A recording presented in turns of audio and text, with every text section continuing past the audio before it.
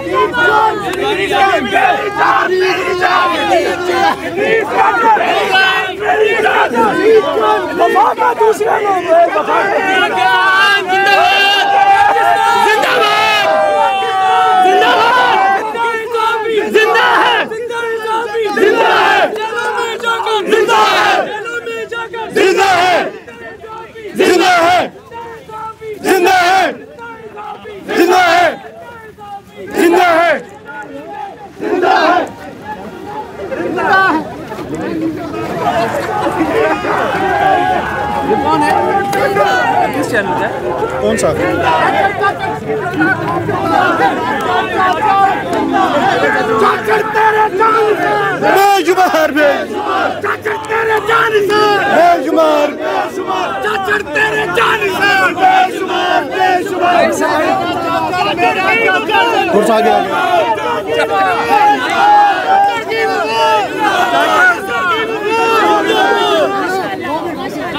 चलो चलो चलो तारे छोड़ो तारे छोड़ो।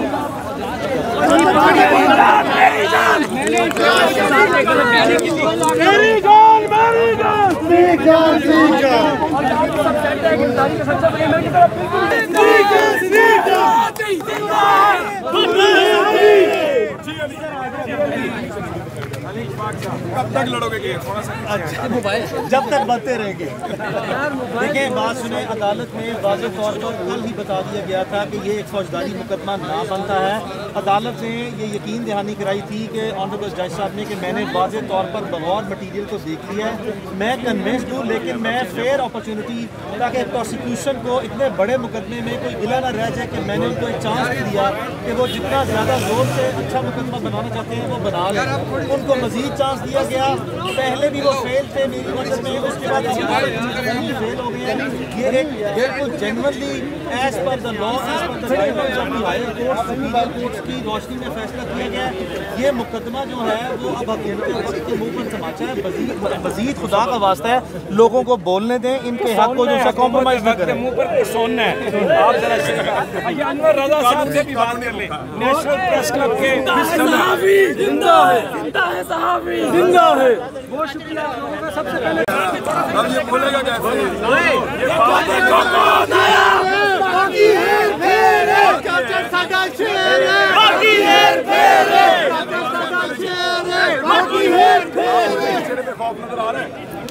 मेरी जान मेरी जान मेरी जान मेरी जान मेरी जान मेरी जान। ये जाके सॉरी चला गया। मेरे तो एक्सपीरियंस बड़ा अच्छा रहा।